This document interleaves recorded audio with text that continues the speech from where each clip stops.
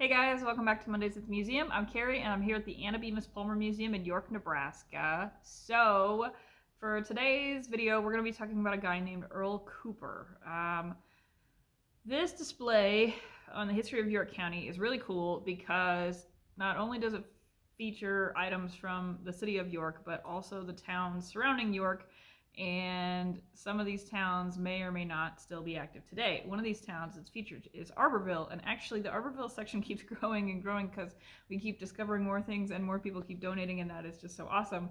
But my favorite part of the Arborville section is actually some photos of this guy, Earl Cooper.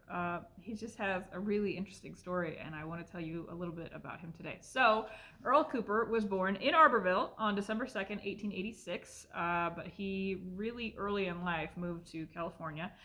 He raced professionally mostly on the West Coast starting in 1904. Before this, he was a mechanic at a Maxwell dealership. So here's a great story, right? Now, there's two different conflicting stories about this, but the thing that they both have in common is there's this professional race that's local to him where he's at with this dealership. And he decides he wants to take the company car and drive in the race. And the boss says no, because the boss is taking the company car. Now, the two conflicting sides are he asked a lady or a lady asked him to drive her car. It was a brand new Maxwell car, so would have fit.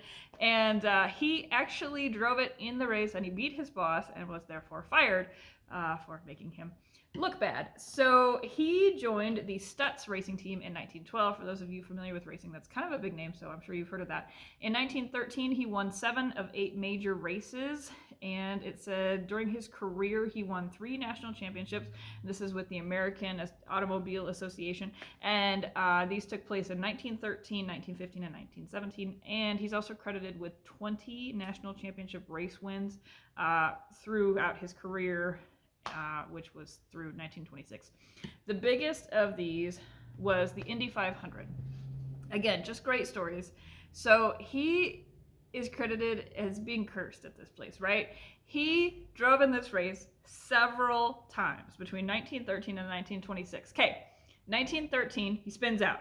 1914 and 15, he has broken wheel issues. 1919, there's valve trouble, more wheel drama in 1923. He hits a wall in 1925. He only lasted 73 laps in 1926, and he was starting on the pole during that time. His best appearance throughout all of his participation was in 1924. Okay, so he's in the lead, and he's gonna win. And he gets a flat tire, so he has to pull off.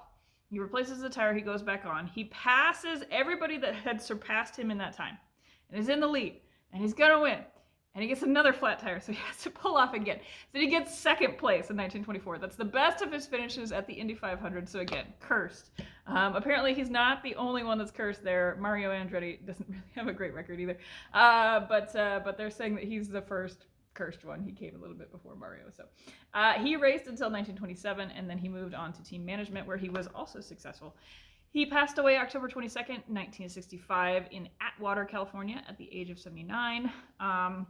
He was, however, inducted into the Motorsports Hall of Fame in 2001. So I'm going to show you a picture of Earl now that we have in our Arborville section. So this is from 1915 when he won the 300-miler at Elgin, Illinois. And you can see there his Stutz car. So there's a couple more pictures in the Arborville section. If you want to see them, you're going to come in person. Again, this display runs through the end of February 2025. That is February 28th, 2025. So plenty of time to come and see them and read his story and see the rest of the Arborville and York County artifacts. We hope to see you here.